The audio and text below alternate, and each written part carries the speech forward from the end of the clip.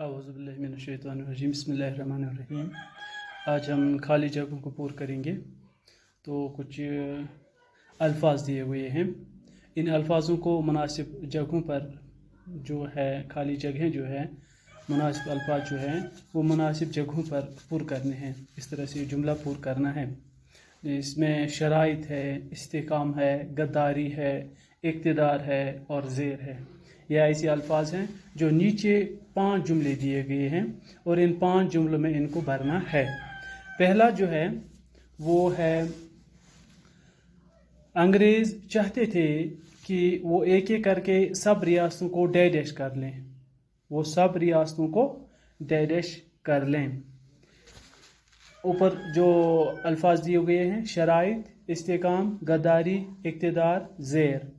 अंग्रेज चाहते थे वो एक एक करके सब रियासतों को ज़ेर कर लें, यानी अपने अंदर लाएं, अपनी निगहबानी में लाएं।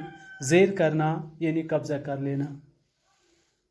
ये पहली खाली जगह है, इसको पूर करना। यानी अंग्रेज यसान कि तुम अक तमाम रियासतन यसान ज़ेर करुन, यानी कब्ज़ करुन तमन पेट।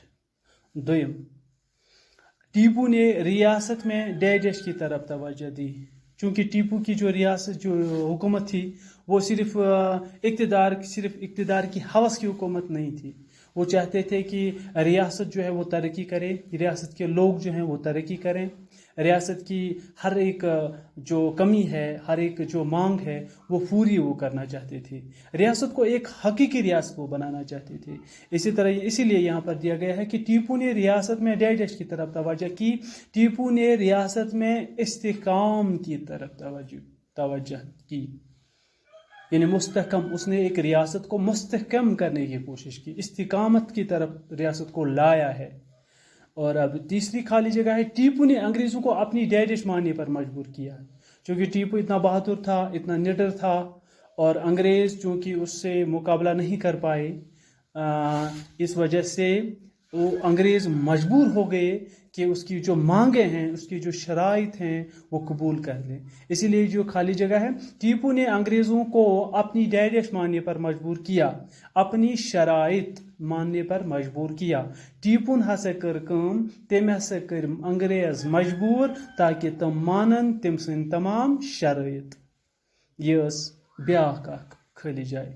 अब चौथी खाली जगह है, टीपू के सरदारों ने डैश करके अंग्रेज़ों की मदद की। अभी हम बात कर रहे थे कि टीपू अंग्रेज़ों को नहीं मानता था, यानी कि उनको वो अपने घुटने पर लाता था, घुटने टेकने के लिए वो मजबूर करता था उनको।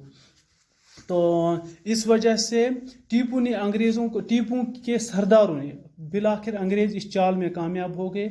उन्होंने टीपू के कुछ सरदारों को कुछ जागीर दी है, कुछ गद्दारी करने के लिए कुछ रुपये पैसे भी दिए हैं, और उन चीज़ों को मजबूर करने, उस टीपू को मजबूर करने के लिए, तो टीपू को हराने के लिए उन्होंने ये चीज़ें की हैं। कुछ सरदारों को उन्होंने मोल लिया था ताकि वो टीपू के साथ गद्दारी करें।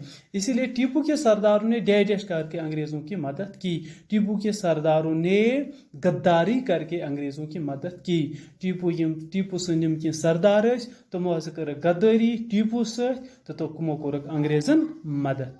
अंग्रेज़ मदारिस में पैर जमाने के बाद दूसरी रियासतों में भी अपना कायम करना चाहते थे।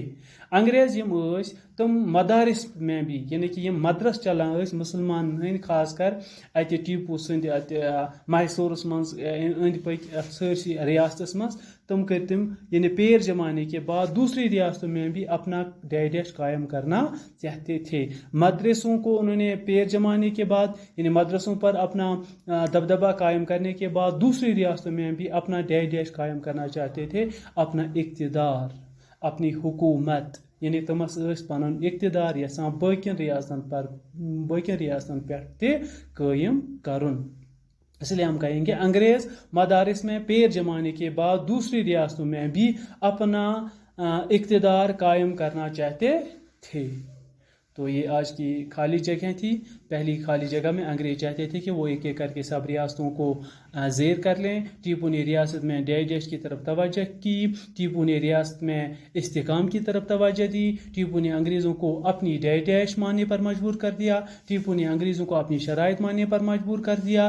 ٹیپو کے سرداروں نے ڈیش ڈیش کر کے انگریزوں کی مدد کی. ٹیپو کے سرداروں نے غداری کر کے انگریزوں کی مدد کی. انگریز مدارس میں پیر جمانے کے بعد دوسری ریاستوں میں بھی اپنا ڈیش ڈیش قائم کرنا چاہتے تھے. انگریز مدارس میں پیر جمانے کے بعد دوسری ریاستوں میں بھی اپنا اقتدار قائم کرنا چاہتے تھے. شکریہ.